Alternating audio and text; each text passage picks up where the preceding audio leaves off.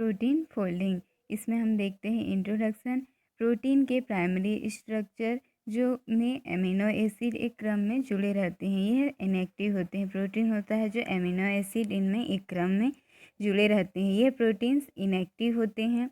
अतः प्रोटीन की विभिन्न क्रियाओं को करने के लिए उनके प्राइमरी स्ट्रक्चर में फोल्डिंग की आवश्यकता होती है, जिससे प्रोटीन क्रियाशील होता है और विभिन्न फंक्शन जैसे एंजाइम को उत्प्रेरित करने में, हार्मोन्स के प्रोडक्शन में आदि में कार्य करते हैं। अतः प्रोटीन के प्रॉपर क्रिया एक्टिव के लिए उनमें फोल्ड होने की आवश्यकता होती है, इसे ही हम प्रोटीन फोल्डिंग कहते हैं। इसके बाद हम देखेंगे primary structure of protein. Primary structure of protein, यह जो प्रोटीन होता है वह इनएक्टिव होता है तथा इनमें जो पॉलीपेप्टाइड चेन्स होती हैं उनमें दो पोलर साइड होते हैं। एक हाइड्रोफिलिक होता है जो जल के साथ एच बॉन्ड बनाता है, और दूसरा नॉन पोलर साइड जो हाइड्रोफोबिक होता है, यह वाटर के साथ एच बॉन्ड नहीं बनाता है।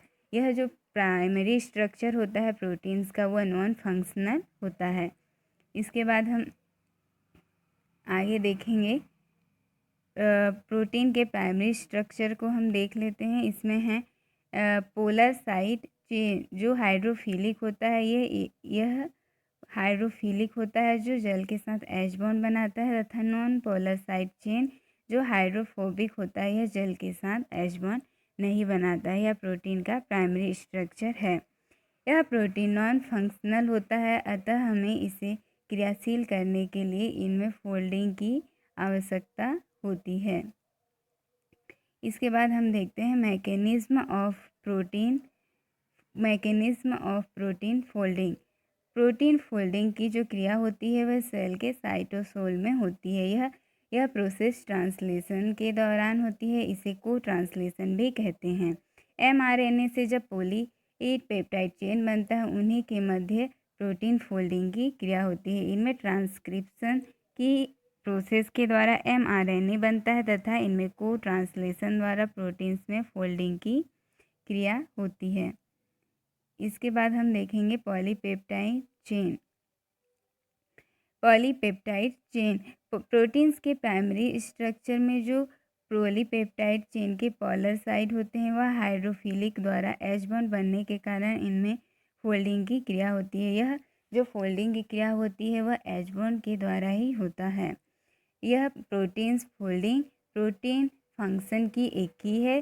प्रोटीन फोल्डिंग के द्वारा ही वह प्रोटीन क्रियाशील होता है एवं अपने विभिन्न कार्यों को करता है।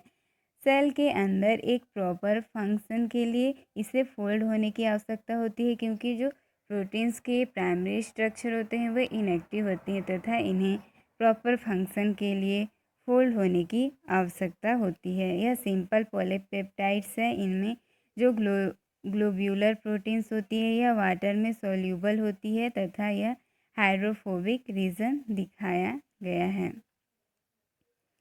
इसके बाद हम आगे देखते हैं प्रोटीन की hydrophilic structure cell membrane. Protein की जो हाइड्रोफोबिक स्ट्रक्चर होती है वह सेल मेम्ब्रेन तक रुक जाती है और यह मॉलिक्यूल्स जो होते हैं उन्हें मेम्ब्रेन तक पहुंचाने का कार्य करती है।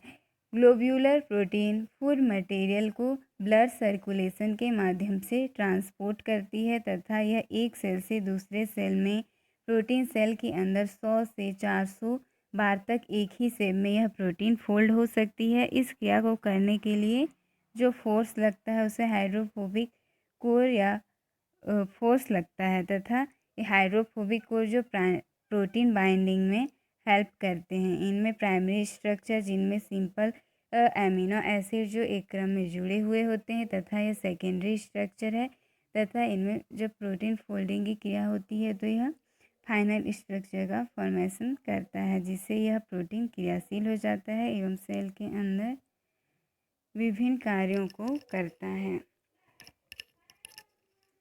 इसके बाद हम देखेंगे प्रोसेस नेसेंट प्रोटीन जिसमें एमिनो एसिड एक रेखीय क्रम में जुड़े हुए होते हैं तथा एक पॉलीपेप्टाइड चेन होती है। यह लीनियर होता है तथा यह नॉन फंक्शनल होता है। इनमें जब फोल्डिंग की क्रिया होती है तो यह इस प्रकार से स्ट्रक्चर बनाते हैं तथा यह फंक्शनल होता है एवं अपने विभिन्न कार्यों को करता है। इनमें प्रोटीन फोल्डिंग का 3D स्ट्रक्चर दिखाया गया है। यह हाइड्रोफोबिक कोर है तथा यह हाइड्रोफिलिक कोर है। इसे नेटिव प्रोटीन्स कहते हैं। प्रोटीन की फोल्डिंग की सामान्य क्रिया में जब चेंजेस हो जाते हैं, जब प्रोटीन की फोल्डिंग की जो क्रिया होती रहती है उसमें अगर चेंजेस हो जाते हैं तो उसे मिस फोल्डिंग कहते हैं और यह प्रियॉन्स कहलाता है।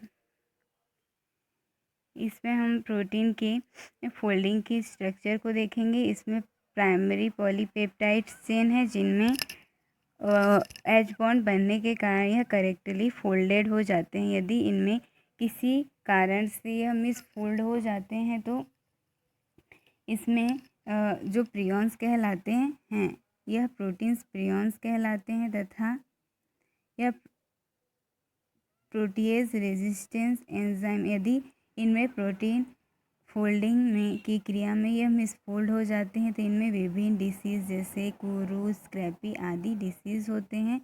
मिसफोल्डिंग की क्रिया को दूर करने के लिए एक एंजाइम बनता है जिसे प्रोटीएज कहते हैं। यह क्वार्टरली स्ट्रक्चर में एक एंजाइम प्रोटीएज रेजिस्टेंस जो प्रियॉन्स को दूर करता है, अर्थात यह प्रोटीन की मिसफोल्डिंग होने की क्रिया को दूर करता है, जिससे प्रोटीन की मिसफोल्डिंग की क्रिया द्वारा होने वाली जो डिसीज़ है, क्षति है, वह रुक जाती है। इस प्रियॉन्स के कारण अनेक प्रकार के डिसीज़ होते हैं जैसे कुरू, स्क्रैपी आदि रोग होते हैं। अतः प्रोटीन के प्रॉपर फंक्शन के लिए उन्हें फोल्ड होने की आवश्यकता होती है। इसे ही प्रोटीन फोल्डिंग